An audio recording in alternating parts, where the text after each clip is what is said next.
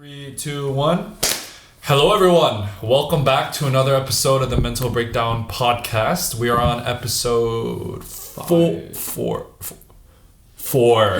We're on episode 4.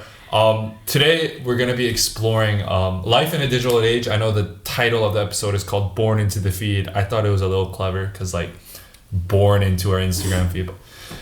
Moving on. My name is Sam.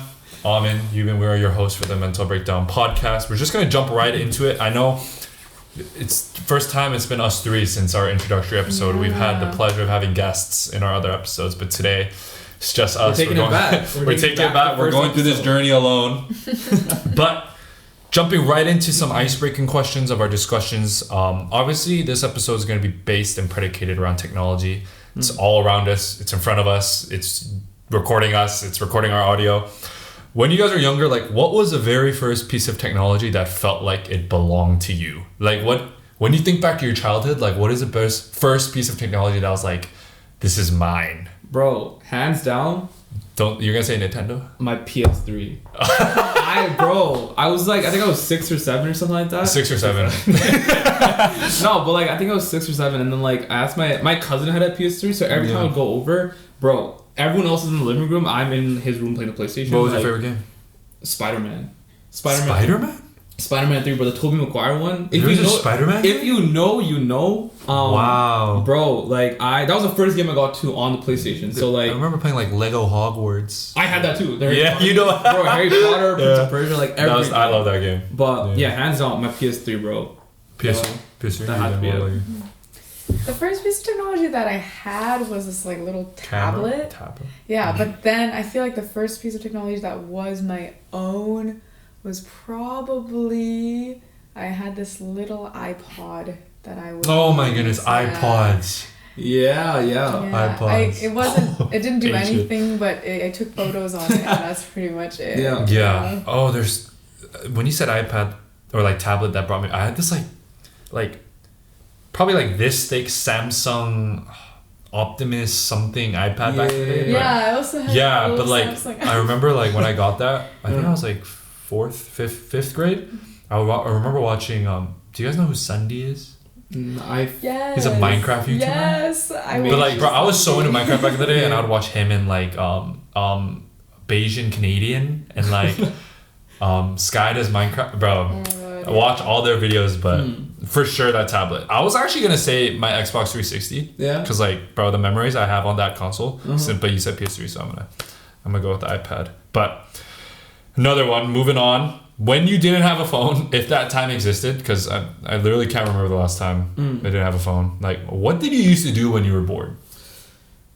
Zone out. I don't know. No, genuinely though. When you were okay, let's start with when was the last time you guys didn't have your own phone? For me, it was 5th grade, 4th grade, 5th grade. Because I think I got my school when I entered middle school in 6th grade. I didn't have a number or anything, but I had a phone. Right. I think I got my a phone or a phone. A legit phone. Oh, a legit phone. Not a phone number or data, a phone.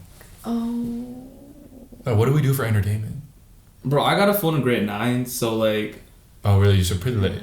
Yeah, I was just doing anything and everything. Yeah, I don't think I know. was in grade 6. Yeah, I don't. Because I was touching grass, bro. We're touching grass. Maybe. I remember I had a bunch of complex friends. Yeah. And hanging around with the neighborhood, going biking. Exactly. Playing basketball. Yeah, touching grass. Yeah. But look at us now. Now if we have free time, all we do is we're just on Netflix. just rotted on our phone. But I mean, I guess that's the only answer. What else can we do back then? I really enjoyed climbing trees. As a kid.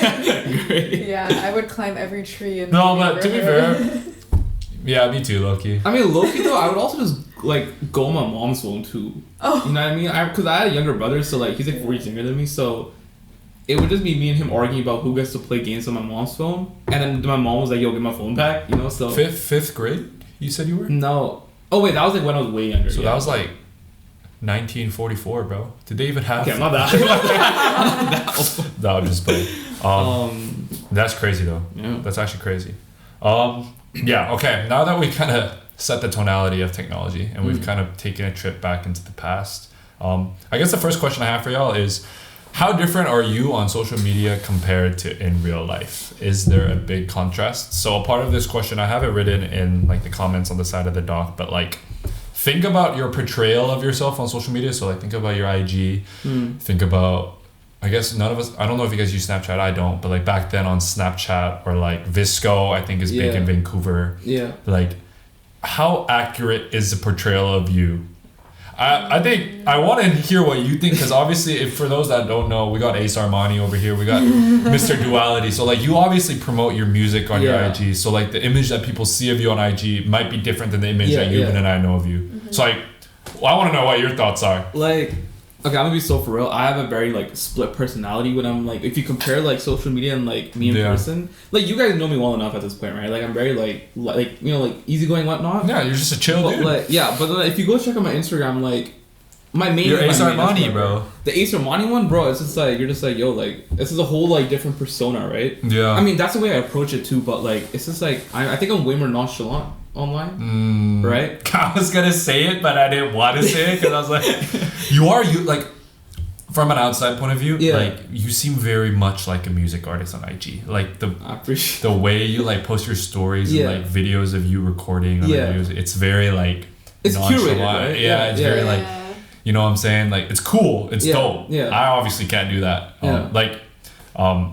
I think you and I kind of relate similarly. Like, we don't really have that much on our IGs. Like, I didn't mean to stalk you guys, but like, honestly, when I was writing this, I was like, you know what? Let me check my co-host IGs. I know they've been personal. Let me check the IGs. Like, right. I don't have that much. Yuban has like a lot more than I do. Yeah. Obviously, like I just have like. I don't have anything. But I also think that's a portrayal in itself. Like, I wrote it down here. It's just like, if you don't have much, like, is there a reason why? I was kind of writing that for myself. And I think like part of that comes from like, I used to have a lot. Yeah. Like, if you guys knew me in middle school. Holy, if I leave my archives right now, wicked. Absolutely wicked. But I think the reason that is because, like, I, like, got... how do I phrase this? Like, I kind of stopped wanting to overshare. Yeah. To, like, I, like, swung completely to the other side of the pendulum. Yeah, I know what you mean. I was one of those guys that, like, spammed Instagram stories in grade 6. Do you guys know that trend in 6th grade where it's, like, you had like a question box that's like, what do you think of me? Oh yeah. Dude, oh my goodness. I was like, because I like went through my archives back in the day, like stuff I posted. I used to post like my Fortnite wins back in 7th grade, like my first Fortnites. I like post in 7th grade. Yeah. I was like, wow, that's kind of cute. But like, there's like a certain type of like innocence and purity to that. It's just like, bro, like that's what I guess Mark Zuckerberg thought of when he invented Facebook at the very beginning. Just like, bro, like post whoever you are. Right now, I like don't express that, you know, at all. Like I just but I mean, people grow, right? So it's like your mindset's different and whatnot. You what were you? I feel like I definitely do filter myself when I post on Instagram. Like, at least I think I do. Like, I put a lot of thought into what I post specifically, just because I'm like such an anxious person. It just naturally, I filter myself a lot. But then if I think about it from like an outsider's perspective, even if I think that I'm trying to filter myself, I feel like people could still get a pretty good idea of who I am. Yeah. Like, regardless of how hard I try to hide. I think it's a skill of our generation too. Is like we can learn a lot about a person without meeting them from their IGs. Like, we don't even need to follow them. Like, purely from like profile pic, profile name, bio, the highlights and all that. Highlights. Like, you can be like, okay, like you have an idea, right? You get an idea. You get an idea. Especially if they have a Visco with them. I don't know like about y'all. I used to have a Visco. I still do. I just don't have it on my IG. But like, you can learn a lot about a person through photos and like. Bro, but it's an awakening. Yeah, 100%. Tying into that, next question is, obviously, technology as a whole, it's like a lie if you say it hasn't advanced society in a good way. You look at education, you look at healthcare, you look at communication, you look at transportation. Benefited us immensely. But if you just take the enjoyment and the entertainment aspect of technology, and you can revert back to a society without that. So stay with me here. It's a society with like, everything's the same, but there's no avenues for us to use technology for our own entertainment. No TikTok, no IG, no Snapchat, no YouTube, no Netflix, no gaming, no consoles. Only technology we have is like what we use. What you're exposed to. Instead of that. Like, would you guys want to revert to society like that? one, what would that society look like on just a basis level? Two, obviously we're the PSSA. Obviously we try to center a lot of our conversations around politics and political discourse. What would a political society look like in an age where there's no ability for online propaganda? Like there's no, a lot of us learn about politics through Instagram. A lot of us are exposed to politics through online discourse. Yeah. What would a political society look like without that? I think I have an answer for that. Like, I mean, we're talking in one part we're talking about entertainment, right? Yeah. So like the first part of that question is just like overall, what would you look like? Bro, you don't have your Ace. You're still our Ace Armani, but the world doesn't know. You can't present. You can't like market it. There. Yeah, I think like I mean, so far and like in the opportunities I have had to like market myself, present myself, I made so many like connections. Like whether it's like the people listening to my music or like the friends I make, the people I work with, right, other artists, right, even my family, right, like kind of learning about my music and like supporting it in that sense. That's one thing, right? So I think it definitely shapes you as a person because it's like. Like the tools have like you're exposed to more things, right? But then I think in terms of like let's say like we bring politics into the mix, right? And what that like what society would look like in that sense.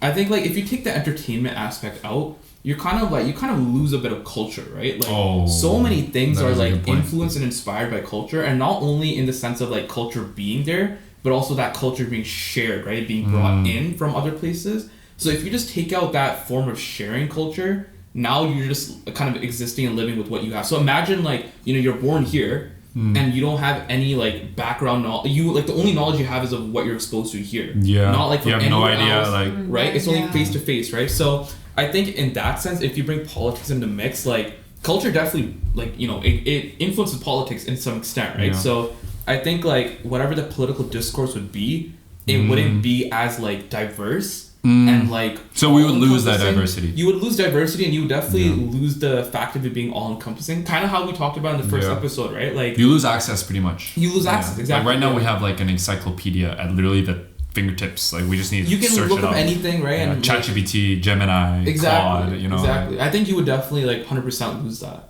or it'll have a very very like small form of that. Dude, yeah, I 100% agree with you. I'm actually on I might be controversial on this. I'm on the side of that if we lost entertainment, I think it would hurt society more than we would benefit from it. I know a lot of the discourse is like, life would be so much better without this, but I try to look at social media in a positive lens. The negatives are glaring, the cons are glaring, but I think we touched on this briefly in episode 2 with their entire marketing team when we talked about social media and the benefits and the pros and cons of it. Yeah. But like, for me, it's like, I think of how much I can connect with other people as a result of that in positive ways. And like to take that away from society, I just don't know how humans would be able to connect, like you said, more in a more diverse manner. We'd be very much exposed to the people around us. I'm not saying that's a bad thing, but then like on the case of like all of us are immigrants here, like a lot of us have learned a lot about our homeland and our native countries from online stuff, right? Whether that be, for me, it was like K-dramas and like Korean music and Korean food and like seeing that on Instagram and da-da-da. It's how I learned a lot about it, right? Yeah. And if that was gone, then like, I think a big part of my cultural identity would be gone as well. Of course, right? Yeah. But like, on top of that, if you look at it through a political lens, it's the same thing. I mean, obviously we're exposed to extreme amounts of propaganda on TikTok, Reels, whatever it is. But then I'm imagining like, imagine the only exposure you have to politics is from people around you. Like I feel like that's such a limited. I know like if we dig like a big key cleavage in Canadian politics is region. Like a lot of voting patterns in Canada is dependent on region, and I feel like it would revert to that a lot because like your thoughts are dictated by the people around you, and you have no other knowledge that's going to be like, hey, I actually disagree with you because of because you're not exposed to that anymore. Like you don't have that access to the internet anymore. It's like herd thinking. I think that's exactly. You kind of become like a sheep. Exactly. Right. Maybe I'm wrong. Maybe I'm missing a big point. But like for me, I just feel like taking that aspect out of both a political society and a regular society, I think would be a little more detrimental to society than it would be beneficial. No, I see that. Yeah. I feel like the first thing that comes to my mind is like creatively how it would affect me. I feel like a lot of artists gain their inspiration through the internet. It's the easiest way to kind of reach out to and connect with other artists. So that's like something that I think personally would have a huge effect on me if it was a society with no technology designed for entertainment. Politically, I can't even imagine like what that would become, just because perceptions of politics rely so heavily on the internet these days. I think that I agree with what you guys are saying. I feel like if there was no technology in politics, it would be really difficult.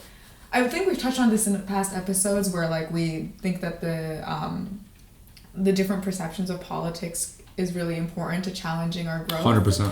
And I feel like that would just be eliminated completely if we were not able to see any other perspectives other than the ones that were like right in front of us. I think conflict creates growth, and I think that's a huge part. Like if you're not exposed to that online discourse, as much as it's very toxic at times, it's kind of like, imagine us knowing nothing about what's happening in the world right now. Like we just know what's happening at UBC or like where I'm from Langley. What's happening in Langley, like in the municipal government. That's all I know. That's scary. One way to think of it. Oh, sorry. It's not my bad. I feel like one way to think about that is like North Korea, right? Like it's so censored. That's a great comparison to draw, because the censorship there is like borderline what we're talking about. Like they're void of all outside anything, right? So you can So it's like sorry, go on. Like sorry. I think I cut you off. I was just gonna say like, and we like look at North Korea and we're like, oh, this is really scary. Like these people have no idea like what it is that they're going through. And that could just be everyone, like in a world with no technology. That would be all of us as well. So that'd be very scary. It is insane to think about. Like that's actually like a lived reality for them. Yeah, that is a reality. We're just here discussing that. Like what would that potentially look like? Whereas for them, it's like they're actually living that out. The thing is, we have the blessing of understanding what it would feel like to have that ripped from us. A lot of people in North Korea or in societies that are so censored and they have that void of freedom to learn. They wouldn't even know. So like imagine like them realizing what they have missed out on in terms of just what's happening in the rest of the world, and that feeling of like, wow, I've been void of this for my entire life. Right? Like that's so scary. Yeah, that is. Especially as students that study it, it's like, literally, like let's approach it in that sense. Like we study political science. And like, imagine having to study it with no like outside. Okay, that's even. That's wild. Okay. Moving on from that scary topic. This one's a little. We're gonna have to bring it back to the past, blast to the past a little more. It's obviously the title of this episode is "Born into the Feed." I think the feed, we can take that as broad as we want. Pretty much the feed encapsulates like what we're getting fed on the internet to us. That's what we can define it as. Is what was like your first political quote unquote awakening? I have in brackets like enlightenment, or like something you saw online where you kind of challenged your own thought and came to a realization. Like, is there something that you came across? This might be when you're in middle school and high school where you're like, oh, like maybe like the way I'm thinking or approaching a subject or a topic isn't like the only way, if that makes sense. Like, was there a moment like that for y'all? I don't know. I mean, okay, I don't know if I'm going to answer this question in the way that's meant to be answered. But no, bro, interpret it however you like. I've been gone like in many like, you know, rabbit holes, whether it's on Reddit or like, you know, if I'm researching a topic, for example, even on Twitter. I don't research on Twitter, but like, you know, when you go into like rabbit holes, you fall into like that Twitter feed or whatever. Like, I don't know if this is like necessarily an awakening, but it really makes you realize how many different perspectives there are to certain political topics. But then not only that, but also the extremes that people go to like defend those, like, you know, their stances. And it can kind of like, if you think about it, like, I don't know if this is necessarily an awakening, but I think it's cool to think about how, like, you know, that political discourse can go from, again, just 3 people here talking on a podcast episode about, like, you know, political topics, to talking about that in class, to like, you know, seeing how much that like expands on the internet, right? I think, I don't know if that answered the question. No, I'm gonna piggyback off you and like kind of copy what you said, but like, I think it's hard for me to even like, it's like weird because I wrote the question, but I'm not even gonna answer it quickly. But like, it's hard for me to like do like a specific instance. So like, I saw this reel, I think that's impossible. But I think what I can answer about it is, I think my first awakening was like realizing that there are so many diverse opinions to certain topics that I thought there were only one. I mean, I mentioned this almost every podcast, but growing up in an Asian conservative household, I had a very standardized way of thinking, or at least I thought growing up. So when issues came up and I was exposed online to other perspectives, and at first, my first initial reaction, being honest, was like, well, no, right? But obviously learning a lot more about the importance of perspective and the importance of may not see eye to eye, we might be able to see heart to heart, like that importance. Yeah. I think was like my first enlightenment. I think also a big reason why I decided to pursue political science was like there are other ways to approach differences in ideas other than conflict, right? And I think you mentioned that earlier about the importance of conflict sometimes, because it allows you to grow. Yeah. And I think that was my first. 100%. Yeah. If I were to generalize it. Yeah. I feel like, my answer is also pretty general. Like, I feel like every time I see something about like something going on in a different country or like like any sort of event, like I feel like it's really different to hear about something than to like really like see it. Like the internet, like you can really find anything on the internet. That's crazy. And the fact that like there are actual videos of like, you know, horrible things happening around the world, like that is like really like, whoa, like it's really in there's a shock factor too. There's a shock factor to that, and it's like, wow, this is really real, because sometimes it's easy to kind of feel like it's like a different world, but because you're so separated from it. Because you're so separated, but like you realize that you're a lot, like this is like a lot closer than you think it is, and it's like it's affecting everyone, and it's a real thing. I think that visual factor is so big. The visual factor for sure. Yeah, I think like seeing it and then kind of being like, oh, like this is an AI generated, like these are real people I'm watching with my eyes across the world going through stuff like this, and I'm laying in my bed in my PJs eating chips on my phone. It's not even like, I feel like it's not even just like across the world. It's like, you know, so in so many times, like even like, you know, in recent, like for example, when there's like news like things online, right? You hear about America, and then you realize like America is literally past the border. It's like bro, 45-minute drive to Bellingham, right?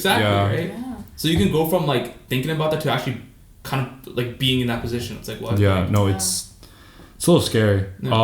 Another question, kind of in the relation to that, is in relation to our feed again. Our feed is gonna be like the central theme that we're kind of going back to today, but.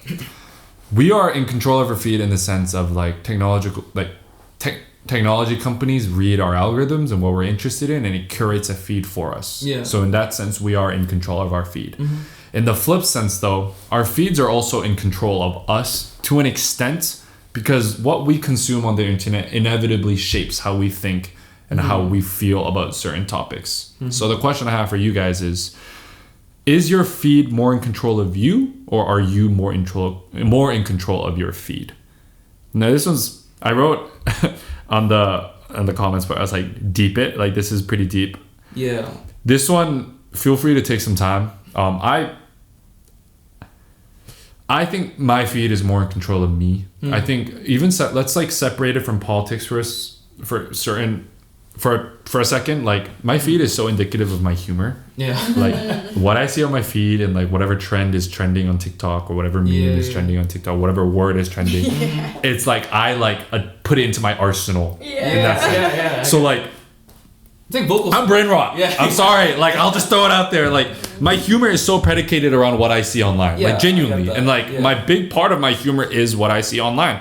In that sense, like. I was thinking back on it, I was like, yeah, man, maybe like my feed does have a big control on me. And then also when you shift into like the political lens and like through that perspective, it's like, I feel like a lot of the perspectives I hold on various political topics are shaped off of like podcasts I've watched, or TikTok clips of political debates, or like stuff like that. And like, so, I mean, I'm not saying it's necessarily all a bad thing. Like, of course, it's all a learning experience, but sometimes I have a tendency to literally just adopt instead of critical thinking. Like I kind of hear something online, I'm kind of like, you know what, that makes logical sense. Like I'm going to adopt that into my own political doctrine. Like that's how I'm going to approach this topic from now on. Like I'm not going to do any more thinking on it. I'm not going to approach it any differently. It's just how I think.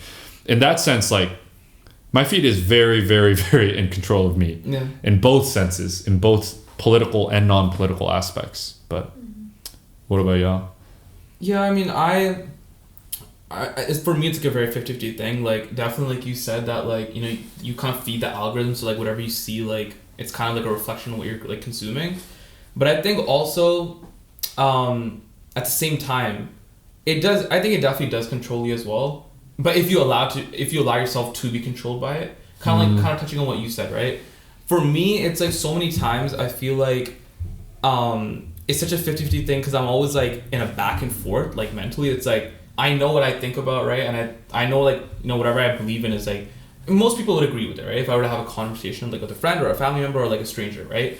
Like, as in, like, it aligns with, like, the norms or whatnot. But then I think about, like, things that I see online, especially TikTok. Have you guys ever experienced, like, you know, you're thinking about something and then that, like, same thing shows up on TikTok? Bro, I hate you know that. How many times I'm talking about, like, a shoe or, like, a piece of clothing with my friends and, like, an Instagram ad pops up. Exactly. And I'm like, bro, they're listening to us. It conditions you. They have to be. Yeah. Like, yeah. So I think in that sense, like, sorry, where was I?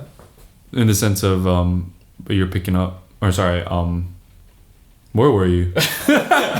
You were talking about. Got too deep. No, you're good. I think what was I talking about?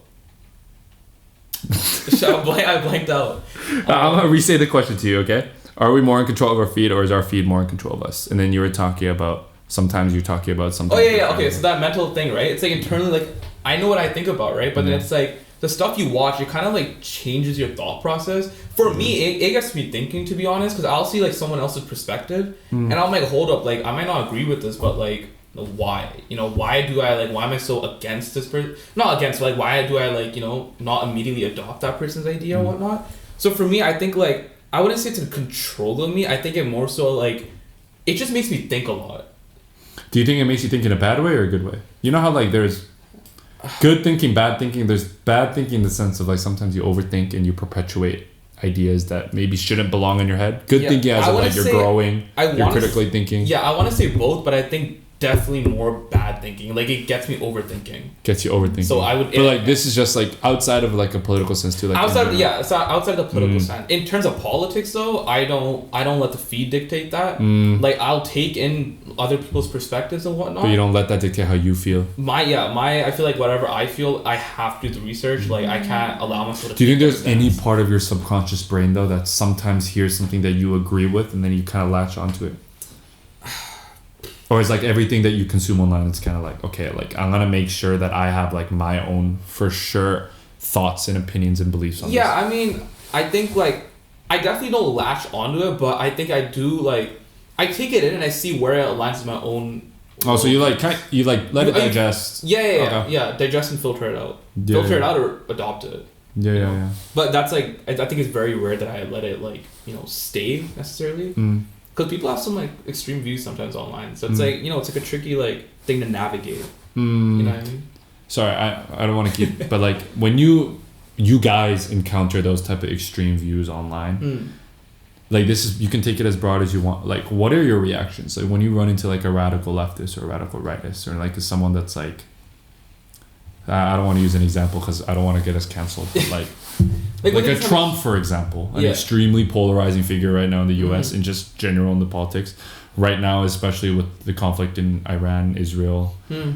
Like, when you see stuff like that, like, what is your gut reaction to it? Like, is it kind of just like, are you just consuming it for consuming it, or like, this is what I meant earlier, but like, I feel because like when I see reels about Trump, like, I have like a visceral reaction of like, wow, but like Americans are literally letting a fascist dictate their country, and it's so evident. Like, it's like everything we've learned in my poly 100, 101, 110, 220, 240 is literally being applied in real life, and we're watching it happen.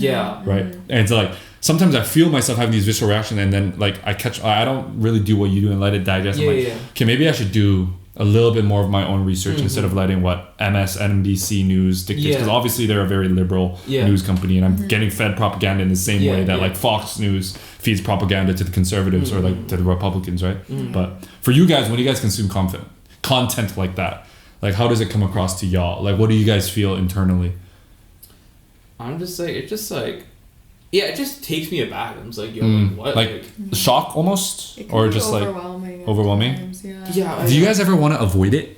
Like, does it every once in a while when you're scrolling and you're like in a peaceful mood, you don't want to think too much, and you come across a reel or TikTok like that? talking about whatever it may be, and you just kind of, for the sake of, you know what, not right now, do you ever scroll past it? I think it's completely fair if people have their moments where they're like, no, I'm not in the headspace to be looking at this. Definitely. But at the end of the day, it's really, really important to know what's going on in the world. Like whether you revisit it later or you do your research like then and like in the now. I feel like at the end of the day, people know what's best for them. Like if they're in the headspace to look into a certain issue, like I know a lot of topics are sensitive for certain people. So yeah, I feel like you leave that, you know yourself the best. Yeah. So you leave that up to yourself. Sorry, I also didn't let you answer the question before. Are you more in control of your feed, Yubin, or is my feed is definitely in control. I feel like everything I see on my feed, like when it comes to like beauty, when it comes to like humor, like you mentioned, like what trends, like what clothes people are wearing, like all of that is just like all completely influenced on my feed. Yeah. Even like with just things that people close to me post as well. Like I get all my inspiration from other people. I feel like there's nothing really original about me. That's just kind of how I've molded to become. But I feel like all of us are kind of like that to an extent, right? Like it's kind of like the internet and like everything online is so a part of who we are, right? Yeah. Like just sorry, not to bring A$AP Rocky back into it, but like you draw a lot of inspiration from The Weeknd. Yeah. He's your favorite artist. Yeah. But like The Weeknd is also a big part of the internet, as in we consume his music primarily. We gotta know his music through the internet. Yeah. So imagine if that was void, right? And like imagine The Weeknd didn't exist, or like you never got exposed to The Weeknd. Yeah. Like how much that would have changed your trajectory and how much you love music as a passion, or if it would have even birthed. All right, right? Or like you said earlier, you said off camera that you're really interested in like film, photography, music, like all of those were exposed to online. So like me, I'm really into like basketball. I'm also really into film. Don't think I'd be exposed to that without technology, right? Or even our political interests. Don't think I would be exposed to that. So like in that sense, our feed low-key has like a chain on us. Or like what's that you know that meme with the ant and the holding the little bag? we're like that to our feed, like genuinely. But I think it's natural for people to always want to fit in. I feel like, you know, it makes sense that people are trying to fitting do what in everyone is big. else is doing. Fitting in is big. Fitting in, or it's like the performativeness, bro. The matchas and like the the no, but pants. I think this would be another great podcast topic, but like political performance. Political performativeness. People just saying and believing in things because that's the societal norm at that time. That's like the trend. Or the trend, exactly. Yeah. That also very dangerous. Oh man, that would be another killer podcast topic. But it actually kind of ties into our next question too. It does. Oh my goodness, wow, it does. The next question we have is there a secret pressure to like a political post just so people know you saw it? Now this one, it's not much of a discussion. It's kind of like a yes or no. For me, sometimes yes. A lot of the more so in the sense of it also is relating to the next question, but sometimes I really don't know that much about a political topic. Yeah. But I know that the stance that a post is taking is, and this again, it sounds performative, it sounds a little arrogant, but I know it's probably the right one. Yeah. If that makes sense. And sometimes, as much as I read through it and want to understand it, I kind of like it for the sake of liking it. Yeah. I don't like it for the sake of other people saying, "Oh wow, Sam liked it." It's just like I like it for the sake of I'm gonna support it. But then I also fall victim to sometimes I don't know 100%. Sometimes I only know like 60%, 80%. If that makes sense. Yeah. Unfortunately, I think that is a thing for a lot of people, especially around our age group. So there's a lot of pressure around us to like know everything and to be in the loop with everything. Especially with our major being political science. Yeah. And I feel like it's also natural to feel a bit of anxiety about liking a certain political post just out of fear of like liking like the wrong thing, for lack of a better term. I mean, I can kind of like build off of that. Like, I'll definitely acknowledge. I mean, I follow a lot of people that are always posting about like, you know, conflicts that are like, you know, that like affect them or whatnot in some way. So I'll definitely acknowledge them. I'll actually read through it, right? If there's, you know, like those posts that say like, oh, you know, like swipe to learn more about the conflict. Oh yeah, of course, yeah. So I'll definitely like, I'll do my due like diligence of like actually making the effort to learn about it. But I think like I don't have like a pressure. Like I don't really care what other people think, whether I like something or not. Like if they want to know something, they can get to like know me in person and do that. Like, you know, like I don't think, like for me personally, I don't feel the pressure. Yeah, you don't feel that social pressure. Yeah.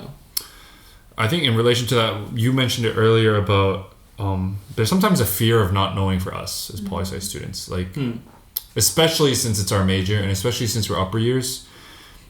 Do you guys think it is socially acceptable, or not socially acceptable, but socially acceptable for us to admit you don't know enough about a political topic? And what I mean by that is, if you come upfront honestly about I don't really know that much, a lot of the times the response you get back is you should. Yeah. And the response, being frank, you should is a good rebuttal. Like, what can you really say to that? Yeah. But like, I've had instances in my personal life where a lot of people come up to me and it's like, hey Sam, like I know you study political science, it's your major, like what are your thoughts on this?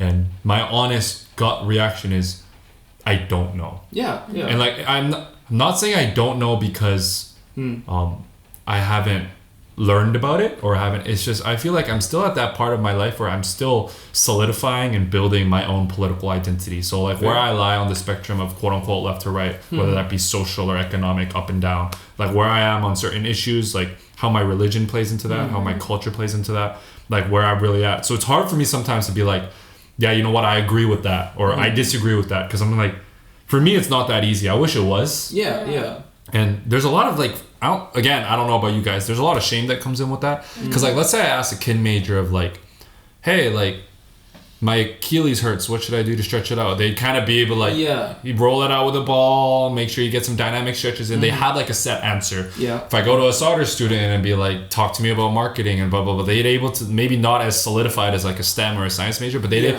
kind of be able to give me the gist of it, right? Yeah. But then sometimes when people come to me about politics and kind of like, I'm not able to give that solidified, concrete answer that I want to give. Yeah. And it is. It feels embarrassing. Yeah, right? it is embarrassing because like my pride is like, it's not that I don't know. I don't want to make it seem like I'm doing this major for nothing. It's just sometimes I genuinely do not have a strong enough opinion for me to tell you that, because I don't want it to influence what you think, because I don't even know what I'm not set on what I think yet, right? Like I'm still figuring that out. Yeah. Is it acceptable for us to admit that though? I mean, I just did, but no, I like that you mentioned that, because I think like literally the exact same way, like word for word.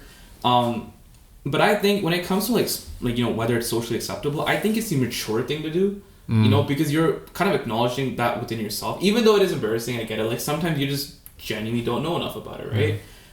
And yeah, like, you know, people always argue, oh, but you should know about it, regardless if you're like a poli-sci major or not. I think sorry to cut you off, but like my way of thinking is I'd rather be upfront and just say I don't know or I'm not too sure than lie and be performative and say 100%. I do know and like align myself with whatever the societal norm deems it to be. Exactly. Because in retrospect, I'd rather live my life knowing, okay, at least, even though it's embarrassing and a lot of people point fingers, at least I was authentic to myself. Yeah. Rather than being or curating an image of myself that isn't true. Yeah. Right? I think that's super important, and that nuance is lost sometimes. Yeah. In a digital age of like, you have to pick a side, and like politics becomes so black and white. It's like either you're on my side or you're not, and pointing fingers becomes so common and so quick. It's like, Sorry to cut you off though. No, it's it's just, I don't know, it's interesting to think about, because it's like either, you know, you obviously want to be authentic and you don't want to lie. Yeah. But sometimes I feel like it also kind of pressures you into like giving an answer that kind of you hope would appeal to the other person. So again, like going back to the maturity thing, I think it's just like, no, I don't even want to say it's like the safe way out. It's just like, realistically, if you just don't know enough about something, that like this happened to me recently too, and I'm gonna say, hey, like, you know, realistically, I don't know enough about the topic to give you like a well-informed answer, and that just acknowledging that within myself just makes me not want to like answer that question, right? Or like respond. So it's like, again, I don't want to respond to you with like an inadequate like answer, right? Like, I'd rather be informed and actually like respond to you in like a smart, like, you know, proper way. Yeah. So I think it's like completely acceptable, you know. You just admit your, like, you know, thing.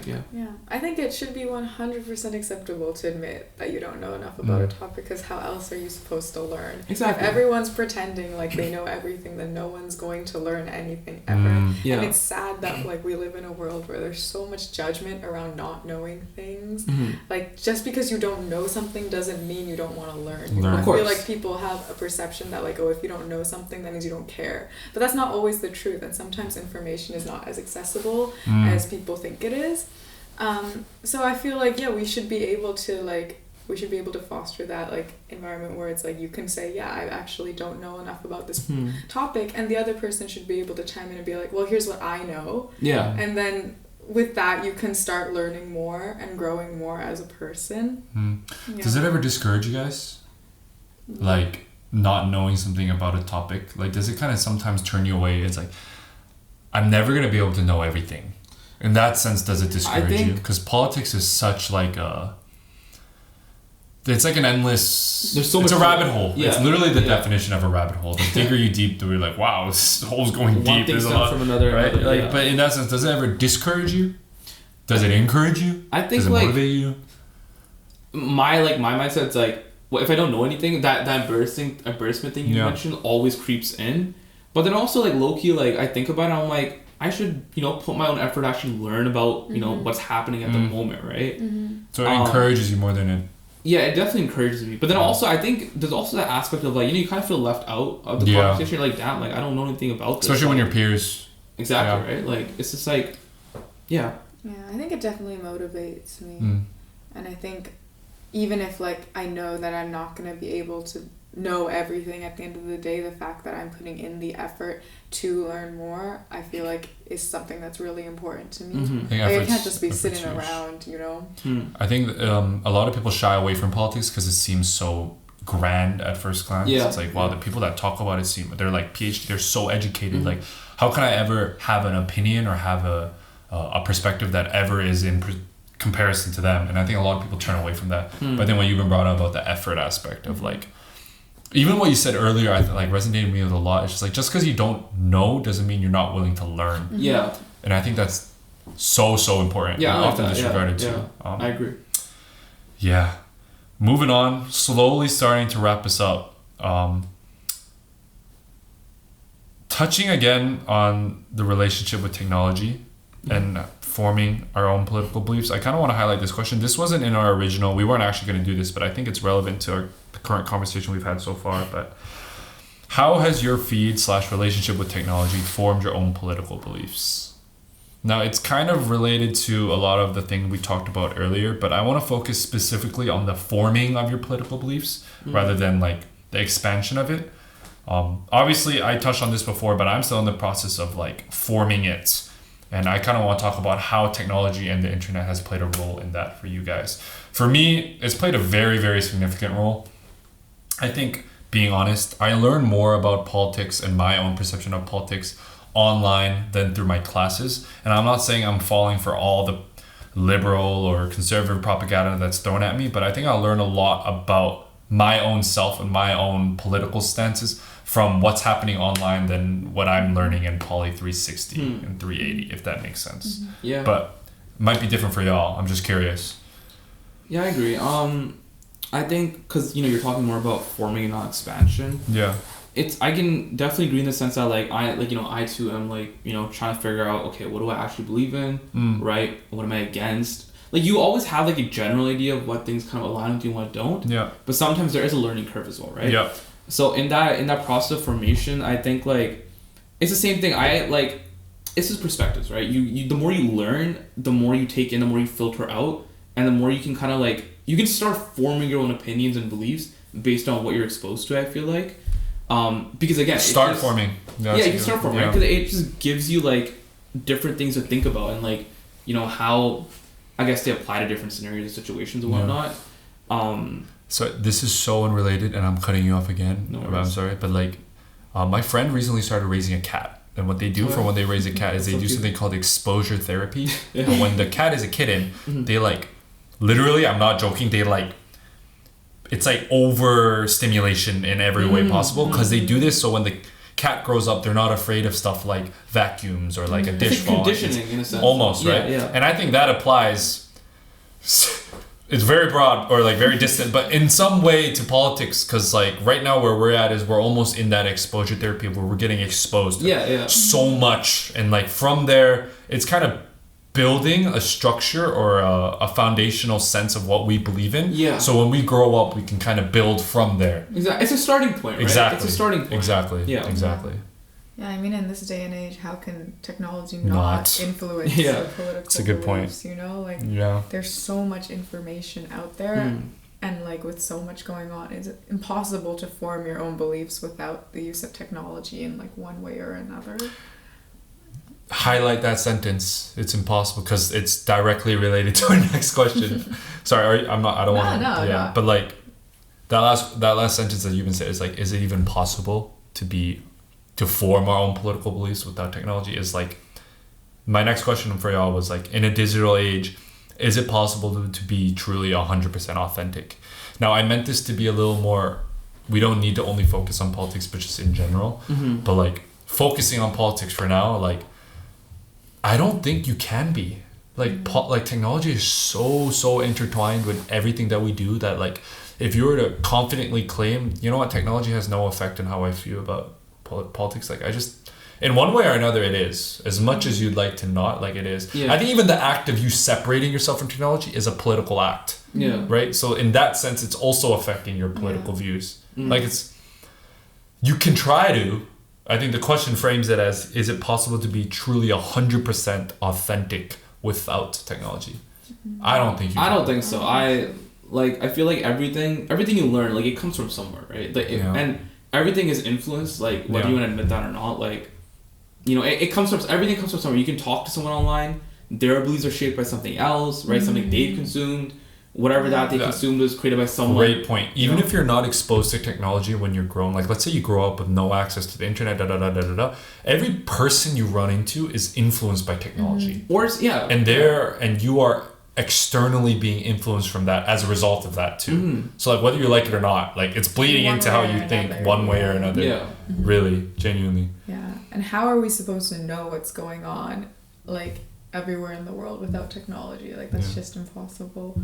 So with politics specifically, I feel like I don't see a way that it could be possible to be like 100%. 100%. Yeah. If we were to separate it though, like if we were to take this question, in a digital age, is it possible to be truly 100% authentic outside of just a political lens, like in just life? Right now, if you're to be like, I can be 100% authentically myself despite all the technology, would you be able to say yes? I, again, don't think I would be. Again, touching back on like how embedded it is in like my humor and like what I find funny and my enjoyment or my entertainment. I don't think so, because I mean, kind of going back to the performativeness thing, like I think it's like you always like separate yourself from the fact that, you know, you're allowing yourself to like, you know, take in things. I feel like you're also always like, even if you admit this or not, like you're trying to appeal to someone else. 100%. Right? And in doing so, you have to like align with what they find interesting, right? So 100%. You kind of lose a little bit of authenticity there, I feel like. So I don't think so, no. I would argue you can't be 100% authentic. You good? What are your thoughts? Yeah, I don't know about 100%. Yeah. I don't want to say it's like completely impossible, but I want to say that it would be extremely difficult to be 100% authentic. I want to play devil's advocate then. Like, let's say someone argues, if you don't think you're able to be 100% authentic because of technology, it's because you're letting it. They're kind of taking the stance of, okay, if technology is so ingrained into your personality, it's not because of the fact that it's inevitable, but it's because of the fact that you're enabling it to be. What would you guys say? No, I don't think so. Like, it just goes back to the same idea, right? Like, everything is influenced by everything. It's like, everything is influenced by everything. If I talk to you about like sports, right? Your opinion about like your favorite basketball player might be like influenced like your opinion might be influenced by someone else talking about how great that player is, right? Because they've been told by someone else like, oh bro, like this is the best team, best player, right? But it's like, that might not be the case. That's just one person's perspective or exposure to like a certain way of thinking, right? And it goes back to conditioning, right? Like that person, or like, you know, you can kind of be conditioned to think a certain way, right? So I don't think so.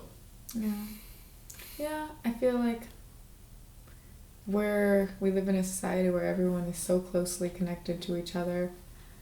Unless we were completely isolated in some way, I feel like you would be connected to technology, whether it's directly or indirectly. I'm gonna try explain this in like a metaphor fashion, but I might fail miserably. But like, obviously the title is Born into the Feed. Like, I feel like technology is almost like a lake.